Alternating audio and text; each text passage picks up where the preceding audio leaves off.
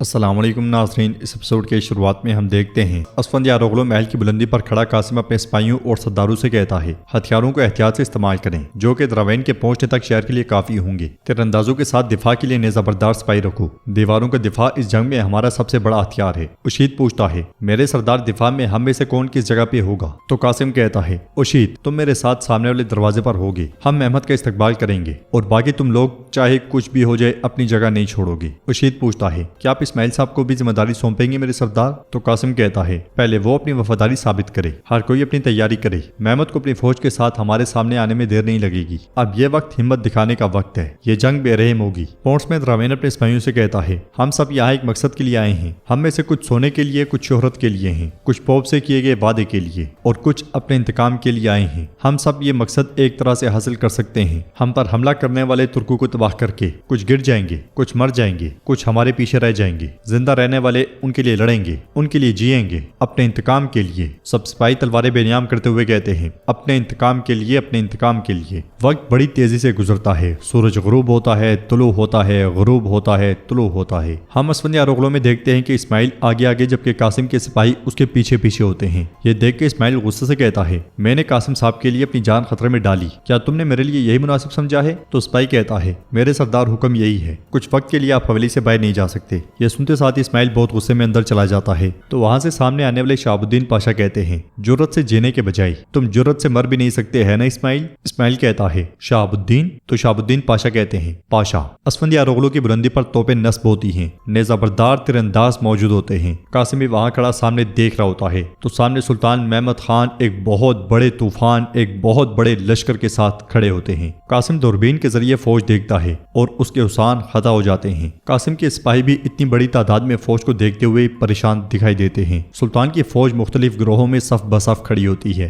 पहली सफ में मुस्तफा पाशाओं और कमांडरों के साथ खड़ा होता है। दोगान का भाई शाहान भी लश्कर में मौजूद होता है, मगर दोगान को देखते साथ ही अपना चेहरा छुपा लेता है। इसहाक आगे बढ़ता है और सुल्तान से कहता है, सुल्तान अगर आप इजाजत दें तो मैं सरोजा को खबर करूं। दीवारों पे हमले शुरू करते हैं। सुल्तान हाथ के इशारे से उसे रोक देते हैं। अंदर इस्माइल शहाबुद्दीन पाशा से कहता है, मेरे पास दूसरा कोई रास्ता नहीं था, वरना वो वहीं जगनोस पाशा को मार डालते। मैंने कम से कम उनकी जान बचाई है। शहाबुद्दीन पाशा उससे कहते हैं, एक बार भी जुर्रत नहीं दिखा सकते है ना? एक बार भी? इस्माइल कहता है, मैं जो भी कहूंगा आपको यकीन नहीं आएगा, मुझे मार डालो ताकि ये मामला खत्म हो जाए। शहाबुद्दीन पाशा थोड़ी सी तलवार निकालते हैं और कहते हैं, इस्माइल मुझे यकीन है, तुम जो भी कहो मैं यकीन करूंगा, लेकिन मेरे तुम पे यकीन करने से फर्क क्या पड़ता है जब तुम ही खुद पे यकीन नहीं करते? अब अगर मैं तुम्हें जिंदा छोड़ दूं या मार भी दूं तो क्या फर्क पड़ेगा? तुम खुद पे कब यकीन करोगे इस्माइल? कब? सब कुछ तैयार है, हर कोई तैयार है। तमाम रियाया, कारीगर, उलमा, सिपाही वो अपने लिए एक ताकतवर आवाज और अपने परचमों को लहराने के लिए एक सांस का इंतजार कर रहे हैं। उनके रहनुमा बनो और रहनुमाई करो। ये सुन के इस्माइल हाँ में सर हिलाता है। बाहर सुल्तान दूरबीन के जरिए असफंदियार ओगलो महल को देखते हैं। दरवाजा खुलता है और कासिम महल से बाहर आता है।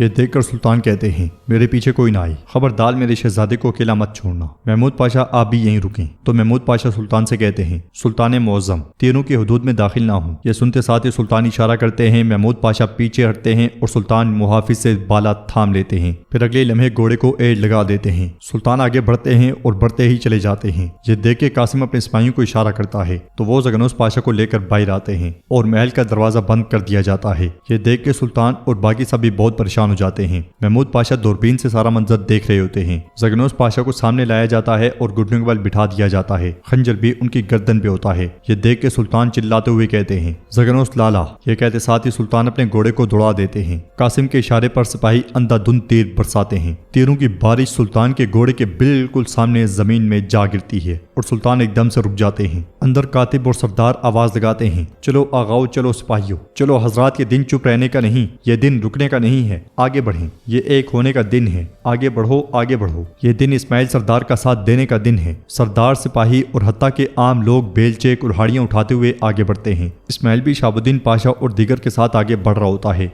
वो एक मुकाम पे रुकता है जहाँ पे उसके हिमायती जमा होते हैं। इस्माइल कहता है, मैं इतने अरसे तक अपने भाई के साए में रहा। मैंने कहा मेरे सरदार जो भी कहते हैं दुरुस्त हैं और मैंने उनका साथ दिया, लेकिन अब पीछे हटने का वक्त खत्म हो चुका है, क्योंकि कोई भी मुसलमान काफिरों के साथ मिलकर अपनी कौम के भाइयों पर हमला नहीं करता। सब लोग कहते हैं, आप ठीक कहते हैं, बिल्कुल ठीक कहते हैं। इस्माइल मजीद कहता है, आज का दिन तुर्कों के लिए इस्लाम के वकार को बचाने और काफिरों के फरेब में न आने का दिन है। क्या तुम मेरे साथ हो बहादुरो? सब लोग हथियार लहराते हुए कहते हैं, हम साथ हैं, ہم ساتھ ہیں، اسماعیل صاحب زندہ باد زندہ باد۔ یہ دیکھ کر شہاب الدین پاشا بہت خوش ہوتے ہیں۔ باہر قاسم سلطان سے کہتا ہے واپس لوٹ جاؤ محمد، ان زمینوں پر میری حکمرانی ہے۔ سلطان اس سے کہتے ہیں تم ایک غدار ہو جس نے کافروں کے ساتھ اتحاد کر کے مسلمانوں کا خون بہا کر اپنی زمینوں کو ناپاک کیا ہے، اس غداری کو ختم کیے بغیر میرے لیے واپسی نہیں ہے قاسم۔ قاسم کہتا ہے زگنوس پاشا اور قید کیے ہوئے سپاہیوں کے لیے واپس چلے جاؤ اور انہیں بھی لے جاؤ، میں تمہارے سامنے ہتھیار نہیں ڈالوں گا۔ سلطان کہتے ہیں میں نے کہا اب اس راستے سے کوئی واپسی نہیں ہے، تمہاری غداری اور تمہارے بہے ہوئے خون کی قیمت بہت باری ہوگی۔ قاسم اپنے سپاہی کو اشارہ کرتا ہے، وہ خنجر قریب کرتا ہے اور قاسم سلطان سے کہتا ہے محمد تو پہلا خون تمہارا ہی بہے۔ زگنوس پاشا سلطان سے کہتے ہیں سلطان معظم، کمان پر چڑھے ہوئے تیر کو ہدف سے واپس نہیں ہونا چاہیے۔ انہیں دیکھتے ہوئے سلطان اس لمحے کو یاد کرتے ہیں جب انہوں نے زگنوس پاشا سے کہا تھا تمہیں 1 ہفتے کی مہلت ہے زگنوس، اگر اس وقت تک وہ معلومات جو ہمیں تم سے چاہیے نہیں آئی،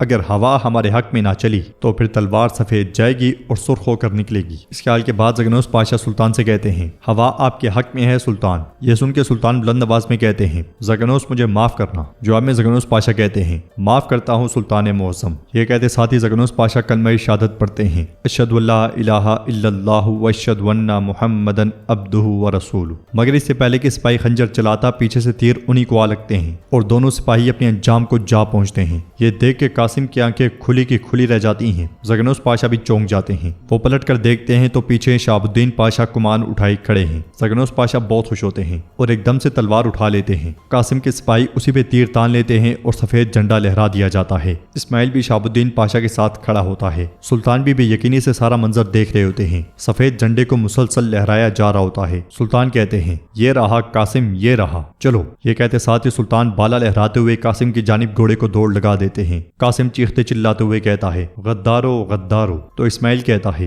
کافروں کے ساتھ اتحاد کر کے اصل میں آپ نے غداری کی ہے بھائی۔ اپنی موت اپنے پاس آتے ہوئے دیکھ کر قاسم بھی تلوار بے نیام کر لیتا ہے، مگر سلطان کا بالا اسے زمین پہ پٹخ دیتا ہے۔ محمود پاشا کے حکم پر سلطان کے محافظ آگے بڑھتے ہیں۔ قاسم محل کے دروازے کی جانب بھاگتے ہوئے کہتا ہے دروازہ کھولو دروازہ کھولو۔ وہ دروازے کے پاس پہنچ کے اسے لاتیں مارتا ہے مگر دروازہ کوئی نہیں کھولتا۔ سلطان گھوڑے سے اترنے کے بعد قاسم کی جانب بڑھتے ہیں اور ایک زوردار وار کرتے ہیں، مگر قاسم ہٹ جاتا ہے اور بالا دروازے پہ جا لگتا ہے۔ قاسم التجا کرتے ہوئے کہتا ہے محمد نہ کرو نہ کرو۔ سلطان اس کی ٹانگوں پہ وار کرتے ہیں اور اسے زمین پہ گرا دیتے ہیں۔ سلطان کے محافظ بھی ان تک آ پہنچتے ہیں۔ قاسم زمین پہ رینگتے ہوئے کہتا ہے مت کرو محمد مت کرو۔ تو سلطان کہتے ہیں اگر تم سردار ہوتے تو کمان سے اور اگر مرد ہوتے تو تلوار سے مارے جاتے، لیکن تم کافروں کے ساتھ گھر جوڑ کرنے والے کمینے شخص ہو۔ یہ کہتے ساتھ ہی سلطان قاسم کی پیٹھ پہ پاؤں رکھ لیتے ہیں۔